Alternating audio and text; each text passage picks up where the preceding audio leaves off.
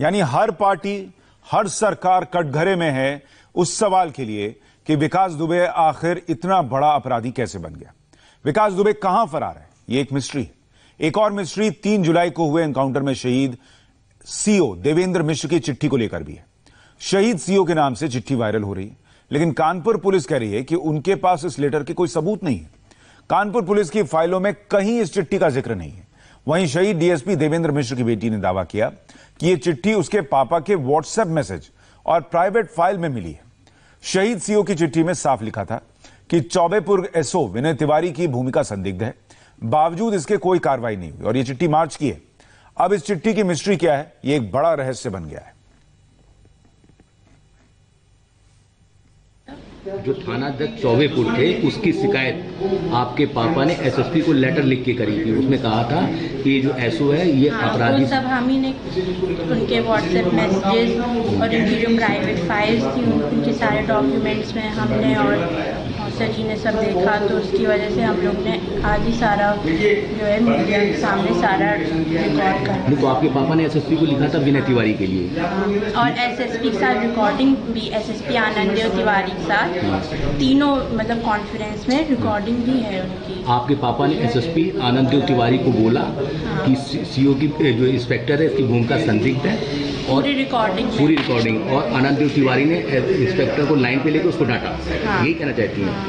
Social एवं electronic media में तत्कालीन सीओ बिल्लोर श्री देवेंद्र मिश्रा जी के द्वारा एक चिट्ठी एसओ चौबेपुर विनय तिवारी के खिलाफ तो लिखा गया है। इस संबंध में एक चिट्ठी वायरल हो रहा है। उस चिट्ठी में यह तथ्य दिया गया है कि 386 धारा विकास दुबे के खिलाफ जो लगा है वो हटाया गया है और उसको फेवर किया जा रहा है।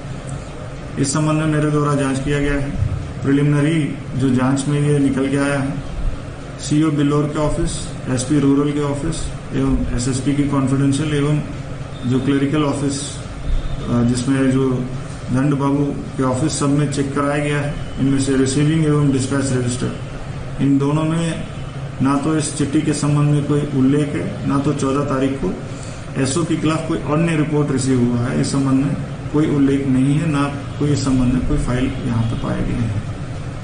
फिर भी इस संबंध में और भी गहराई से हम जांच कर रहे हैं कि इस चिट्ठी का जो जेन्युइनिटी के संबंध में हम लोग और जांच कर रहे हैं। जो भी तथ्य सामने आएगा उसके आधार पर कार्रवाई की जाए। आपने डिप्टी एसपी के बेटी को सुना, पुलिस का वर्जन सुना। विशाल प्रताप सिंह हमारे साथ, हमारे सहयोगी जुड़ रहे हैं। विशाल, 2 बातों का जवाब दीजिए। विकास दुबे कहां गायब है, इसकी जांच कहां तक पहुंची है, और ये चिट्ठी कहां गायब हो गई, इसको लेकर क्या पता चल रहा है? देखिए सुशांत, विकास दुबे कहां है, इस सवाल का जवाब यूपी पुलिस भी जानने की कोशिश कर रही है। यूपी एसटीएफ और उत्तर प्रदेश पुलिस की लगभग 40 टीमें अलग अलग हिस्सों में, अलग अलग राज्यों में लगातार छापेमारी कर रही हैं। उत्तर प्रदेश में भी छापेमारी जारी है, और साथ ही साथ जितने भी टोल नाके हैं, जितने भी बॉर्डर से सटे हुए इलाके हैं या भारत और नेपाल की जो सीमा है, वहां पर भी सघन चेकिंग अभियान चलाया जा रहा है। वहां पर विकास दुबे के पोस्टर्स लगाए गए हैं, जो फोटोज मीडिया में है, इंडिया टीवी के पास है, उन फोटोज का वहां जिक्र किया जा रहा है, लोगों को दिखाया जा रहा है। रास्ते में रोक करके गाड़ियों वालों से पूछा जा रहा है कि आप इस अपराधी को जानते हैं कि नहीं जानते हैं। तो कुल मिलाकर ये कहा जा सकता है सुशांत कि अभी उत्तर प्रदेश पुलिस का जो सघन चेकिंग अभियान है वो लगातार जारी है, लेकिन हिस्ट्री शीटर आरोपी विकास दुबे इस वक्त कहां है, इसका जवाब फिलहाल किसी के पास नहीं है, इसका क्लू किसी के पास नहीं है। क्योंकि सबसे महत्वपूर्ण बात जो इंडिया टीवी को पता लगी है सुशांत, वो ये है कि आरोपी ने इस घटना के बाद, इस वारदात के बाद अपने मोबाइल फोन का बिल्कुल भी इस्तेमाल नहीं किया है। उसने मोबाइल फोन स्विच ऑफ कर रखा है और परिवार के किसी भी सदस्य के साथ वो किसी भी तरीके से कांटेक्ट में नहीं आया है। तो पहले सवाल का जवाब तो ये होगा कि विकास दुबे कहां है, इसका जवाब उत्तर प्रदेश पुलिस के पास अभी भी सुशांत नहीं है। दूसरा सवाल आपने किया कि लेटर कहां चला गया, ये बहुत महत्वपूर्ण है, क्योंकि जिस तरीके से शहीद सीओ की बेटी ने दावा किया है कि उनकी फाइल्स में वो लेटर मिला है, व्हाट्सएप में शहीद सीओ के वो लेटर मिला है और उस लेटर को डिस्पैच किया गया है। लेकिन सबसे महत्वपूर्ण बात यह है कि एसएसपी कानपुर ने कल जब इंडिया टीवी से बातचीत की थी तो उन्होंने दावा किया था कि हमने हर जगह उस लेटर को चेक करा लिया है, लेकिन वो लेटर फिलहाल अभी हमारे ऑफिस में, एसपी ग्रामीण के ऑफिस में या किसी भी अन्य ऑफिस में पाया नहीं गया है। विशाल, मैं आपको थोड़ा माफी के साथ रोक रहा हूं, आप जवाब पूरा कीजिएगा, लेकिन एक बड़ी खबर रुचि हमारी सहयोगी दे रही हैं और वो ये बता रही कि विकास दुबे केस में इस वक्त बहुत बड़ी खबर आ रही है। एक दिन पहले ही पुलिस को धमकी दी थी उसने। कल सस्पेंड हुए दरोगा कृष्ण कुमार शर्मा ने यह बहुत बड़ा खुलासा किया है। कृष्ण कुमार के मुताबिक एक दिन पहले विकास दुबे ने धमकी दी थी कि अगर गांव में पुलिस आई तो लाशें बिछा देगा। इस धमकी के डर से दरोगा अगले दिन छापेमारी में गया ही नहीं। दरोगा ने चौबेपुर के एसओ विनय तिवारी को इस धमकी की जानकारी दी थी।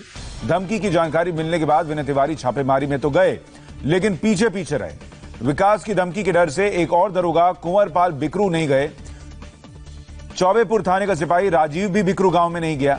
सोचिए विकास का कितना खौफ था, और एक दिन पहले ही उसने धमकी दे दी थी, जिसकी वजह से दरोगा वहां गया ही नहीं। उसने एसओ विनय तिवारी, जो कि सस्पेंड चल रहे हैं, उन्हें जानकारी भी दे दी थी, और शायद इसी वजह से एसओ विनय तिवारी पीछे पीछे थे, आगे नहीं जा रहे थे, और दरोगा तो गया ही नहीं। रुचि कुमार हमारे साथ जुड़ गई हैं। रुचि, और क्या जानकारी मिल रही है? देखिए, पुलिस ने जो उनके शक के दायरे में करीब 30 पुलिस वाले हैं, इन 30 पुलिस वालों के विकास से अच्छे संपर्क थे, आना जाना था, उठना बैठना था, तो उसी क्रम में पूछताछ कर रही है। और चौबेपुर थाने के ये 3 लोग जिनको कल सस्पेंड किया गया, जिसमें 2 दरोगा और 1 सिपाही है, इनसे पूछताछ की तो कृष्ण कुमार शर्मा ने बड़ी बात पुलिस को की है। पहले करीब 4 बजे विकास ने थाने में फोन करके धमकी दी थी कि अपने एसओ को सबको समझा लो, अगर यहाँ पे गांव में आए तो लाशों का ढेर लगा देंगे। इस तरह की धमकी को सुन के कृष्ण कुमार शर्मा का कहना है कि वो डर गया था।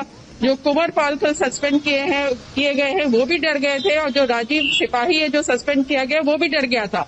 तो तीनों लोग वहां पे मौके पे नहीं गए थे, कहीं और चले गए थे गश्त लगाने के लिए।